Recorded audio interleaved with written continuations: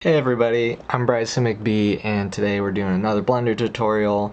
I'm going to be showing you guys how I create stylized, retro, sort of pixel art, RPG, visual novel-esque renders in Blender.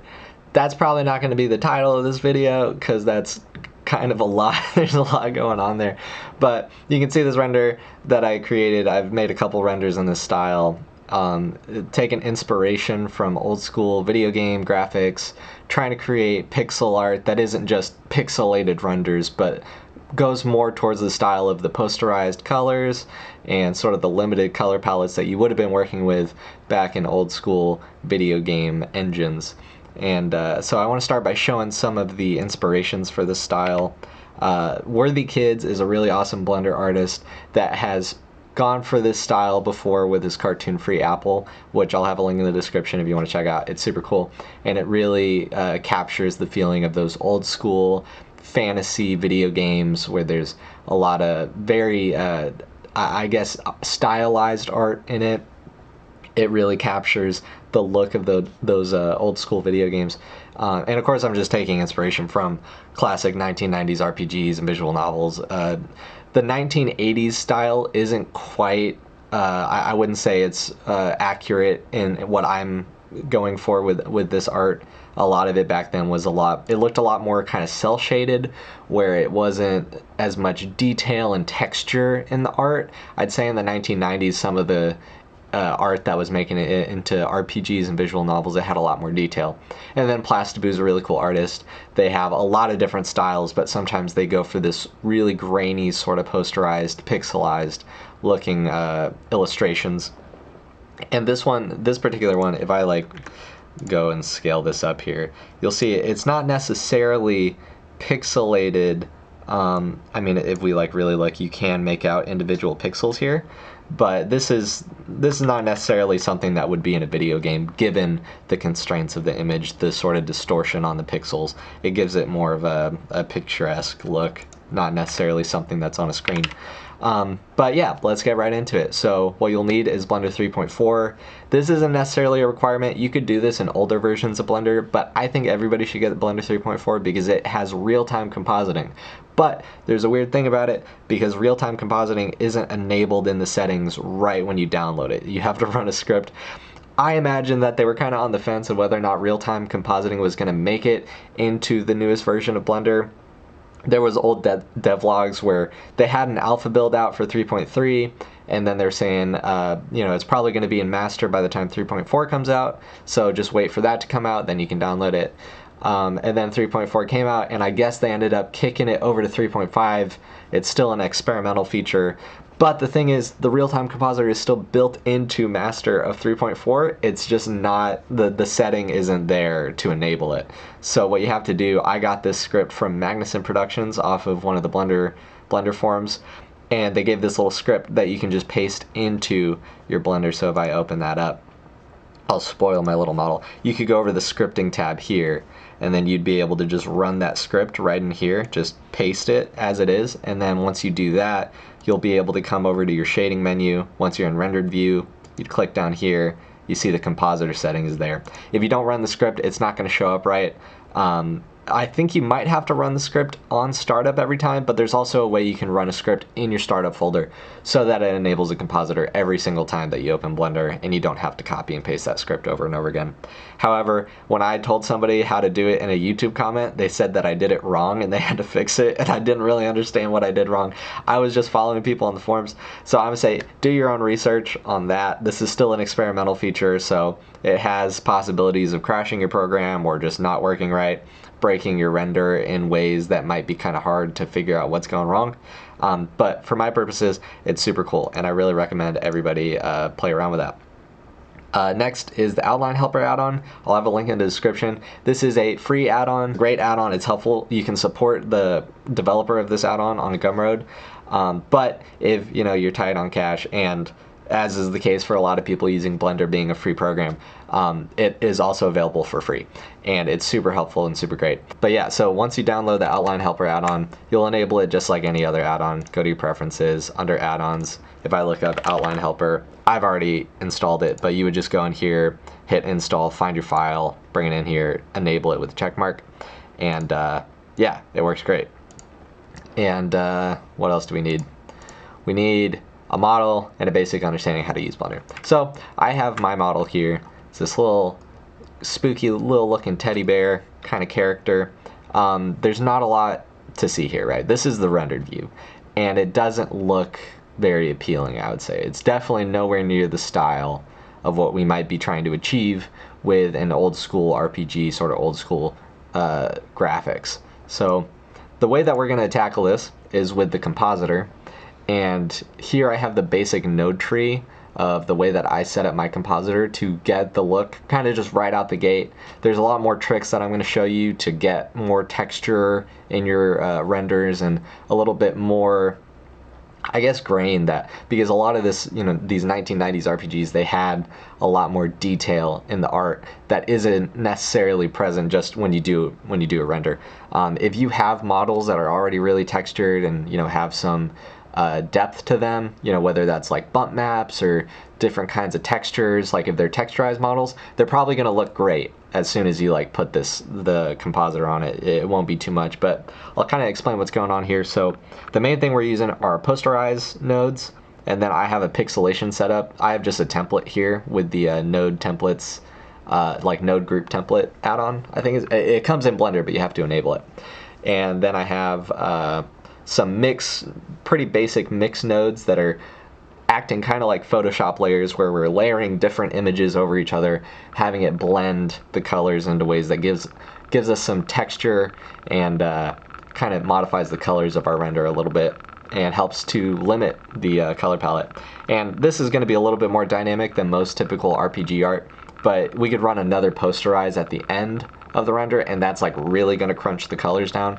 But it can be kind of difficult to control what colors are really getting picked out, because when you're posterizing, it's limiting the colors that are present in the image. So, you know, I couldn't tell you the math of how it's working, but I think it is taking the average color range and picking out kind of the three most prominent of them. Like if you had 3 steps on your posterize, it's going to pick out like 3 colors, and then that's what's going to come out in the final image. But anyways, with this setup, I'll go ahead and show you my pixelator setup. We're going to recreate all this stuff and you'll get a look at it.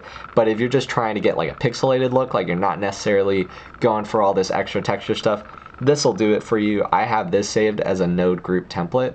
So I just go into Blender and I can drop this in there, and then boom, my render is already pixelized, and you can control the value here on this little value node here within the template.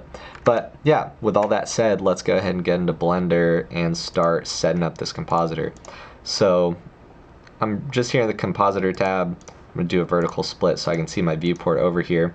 Because Blender 3.4 has that real-time compositing built in, we can actually see what we're doing to our render in real time if I just enable this compositor. So we're starting with this render layer here, and we're just going to go ahead and run that through a posterize. And we're going to immediately see that this is going to crush our colors a lot. So if you go too low, it's really going to be kind of hard to capture a lot of texture, that much detail into your model. So I like to kind of keep it up around like 12 and 20.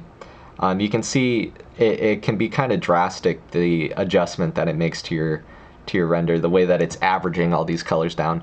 So like between 19 and 20 is where it decides what color our background should be there. But we're going to mess around with that more later. I'm going to go ahead and set this around like 12. And then I have my template here for the pixelator. I could just drop it here and then set that to like 4, and then boom, our render is already looking super crushed, super crunchy. But I'm going to go ahead and show you guys how I would set up the pixelator if I was just doing it right here. So you start by just doing a scale. You can duplicate your scale like that, and we're going to bring in a value node. This is going to be what's controlling the amount of pixelation. And then we need 2 math nodes. This one is going to divide our pixelation value, and then we'll just duplicate it. And then this one's going to multiply to bring it back up to scale. So I'll set that to divide. I'm just hitting D to pop up divide super quick. You can also do it for like A for add, I believe, and then M to multiply and all that good stuff. So we're going to set this to where 1 and then we're going to set this to like 1.003. We want it to scale up a little bit more than what it would by just doing 1, because the way that like the aspect ratio works, you're going to end up having these black lines somewhere on your render if you don't scale it up by a little bit more than 1. But yeah, so now this is all going through. If we scale, you're going to see it's not necessarily pixelating the image yet. That's because we need to add a pixelate node, which we can pull up there. And now it's scaling our image down and then back up, and we're getting this cool effect. And yeah, that's pretty much the premise of the pixelator setup, is to crush our pixels down. And we can go ahead and group these now that they're all set up together. If I Control G, so now it's just this simple node. We don't have all that stuff clunking up our space. Now what we're gonna do is we're gonna add an image, and I happen to have a texture that my friend Wade has given me. You can do this with any kind of texture. It could even just be like a picture that you have. It doesn't necessarily have to be you know, from any super stylized setup. Like if it has some grain and crunch to it, that's going to help you a lot. I saved it in this folder, I believe. Yeah. So I'm just going to bring this in, and we'll actually put this before the pixelator. We'll add a mix node here. Let me just pull up my setup so I know that I'm doing this accurately. So this is immediately mixing our image with this white color, which isn't necessarily giving us anything interesting to look at.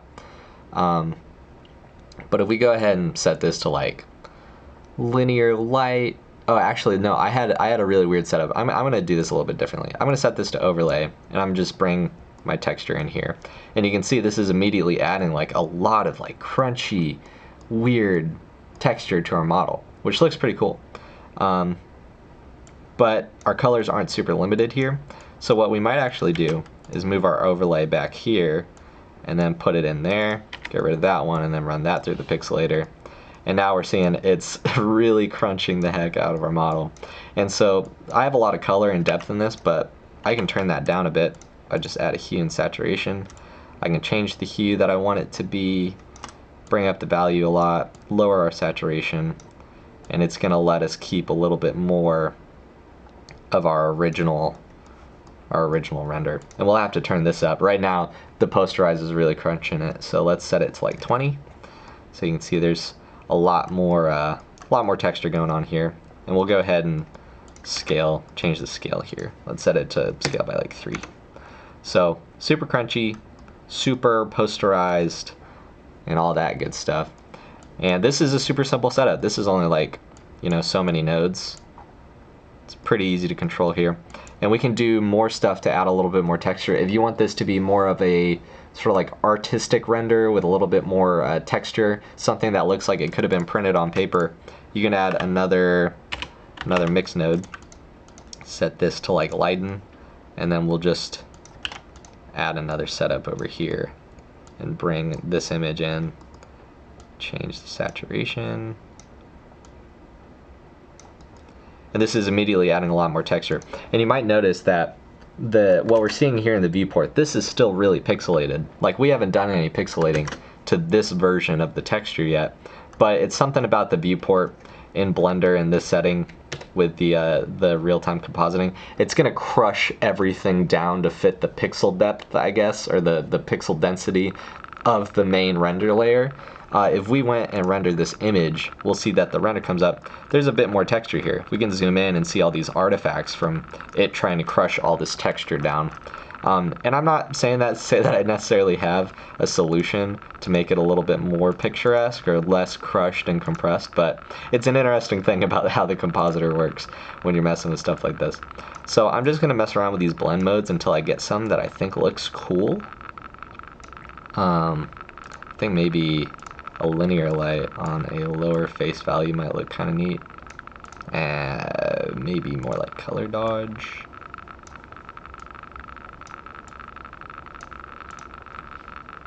This is going to be a lot of playing around. It's kind of like Photoshop, you know, when you're messing with different blend modes and settings, you might go through so much stuff that changes the way your render looks.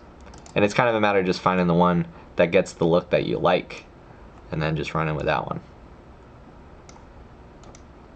I'm thinking that soft light was probably the best one.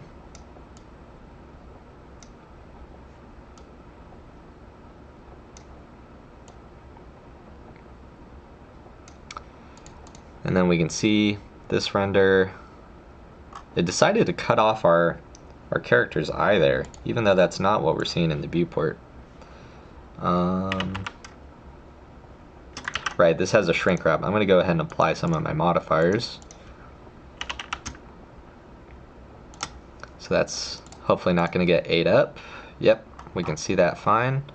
And now we're finding that our render doesn't necessarily pop out from the background, which is where our outline helper is going to come in handy. If we just go over here to our add-on, if you've enabled outline helper, you can just hit add set outline, boom, drops it in there.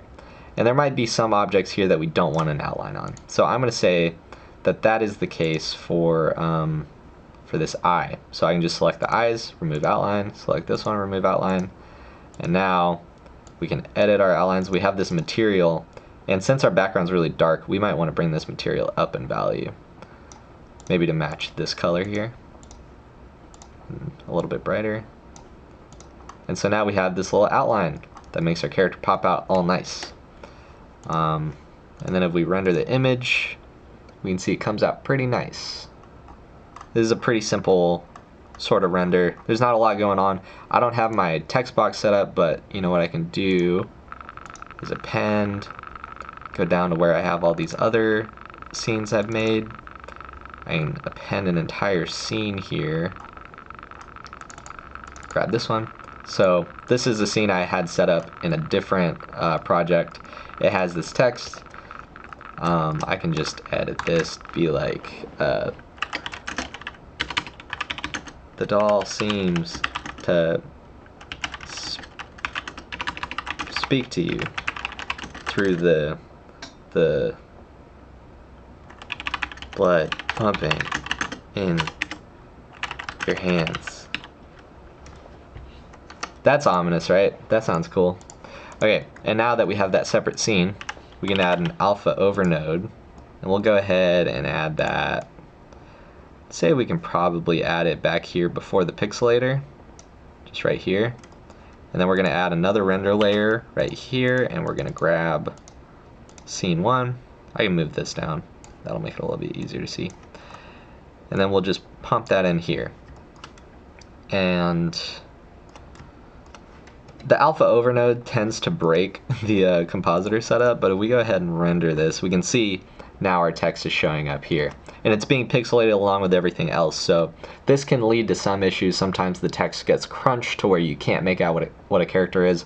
That takes a little bit of tweaking of moving the text side to side or changing the film filter on your render. So we could do that by going in here, going to film, maybe bringing that up. If we bring it up really high, it's going to make our text look really blurry, but it might be more legible than keeping it lower, so you can see a little bit of that blur around the text. Makes it easy to read, but maybe not as stylized as what we would like to go for. Anyways, whenever you bring in those nodes that tend to break the compositor, you can kind of get around that issue by adding a viewer node. And then this one is always going to be pretty accurate. So this is going to bring up the entire render. Even though our background isn't showing up in the viewport in the real-time compositor, we can still see it here. And you can control where it is. You can grab it. I think if you grab it like right here, yeah, you can move it around, scale it down, set it up so that it's a bit more visible while you're editing it. So we could change this setting. We can maybe set this to lighten, or no, we'll set it to add, and then we'll bring the value down a bit. And then we can change the saturation, maybe keep that lower, change our hue. And then we start getting this really cool look back here. And if we render the image, we'll see the texture isn't as pixelated as everything else, but it kind of adds this it makes it look like it might have been on like a dirty screen. Like maybe there's smudges on your old Game Boy, or it was printed on a piece of paper that your looking at, like, maybe you were playing video games on the school computer and you printed it off in the computer lab, and your teacher's getting upset at you because you're supposed to be working on your assignment, but you just wanted to come up with fake video games for you to make with your friends once you got into high school and you started learning JavaScript. I didn't do any of these things, but I could imagine that possibly you could relate to those things. But yeah, that's pretty much the setup. You can change this pixelation value. If we go into wherever I put the pixelator, oh, here. We can make it a little bit more pixelated. Something to note about the compositor, the real-time compositor, you see it looks a lot crunchier here than it does in our actual render. That's because the pixelator is calculating based on the actual pixel density of your monitor. If you had like a 4K monitor, this is going to look a lot more accurate to your 1080p render that it's spitting out over here. However, I have a 1080p monitor, which means that this pixel density is like 480 by 480. So the way that it scales it down and pixelates it, it's going to be a lot more crunched down than when I actually do a render at 1080p resolution.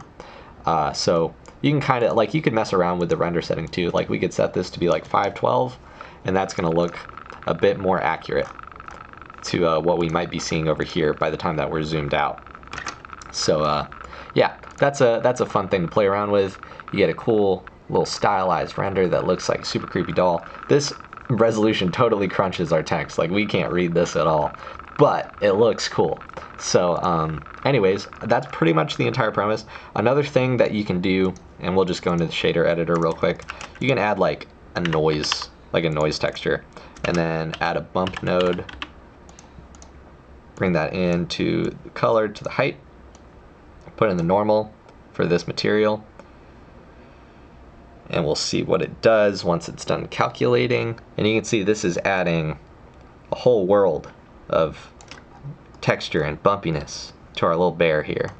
And if we look at it in the compositor view, you can see that adds kind of another layer of the stylized look. Makes it look a bit more like it might have been drawn by a person, less like it's being rendered in Blender, which I think ultimately is the goal here. So yeah, that's a fun thing to do, render out the image. If you have textures that are pre-modeled, or I mean to say pre-textured on your models, or if there's, you know, other stuff that you're doing to add that depth, you're gonna get a good result out of this setup.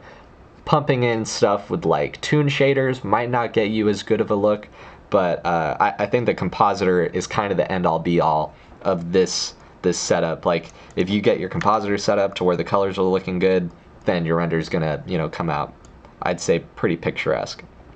Another thing, if we want this texture pumping in here multiplied to look a little more pixelated, we can go ahead and just duplicate our pixelation setup.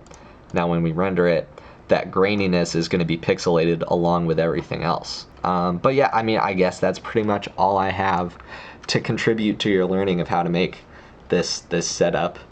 Thanks so much for watching. I hope that you guys make some cool stuff with this knowledge. I know I didn't start learning how to use a compositor until maybe like a year into me using Blender, and I'd say it's my favorite thing to play around with now, and it's super cool that we have the real-time compositor in Blender 3.4, even if you got to do some trickery to enable it. Thanks so much to my Patreon supporters. I know most of my Patreon supporters are subscribed because they want stickers. Next month, we're gonna get this one, the Polyworld, going out to everybody in the $5 tier, and then people in the $10 tier can expect one of these little Magneton stickers too, which I'm super excited about.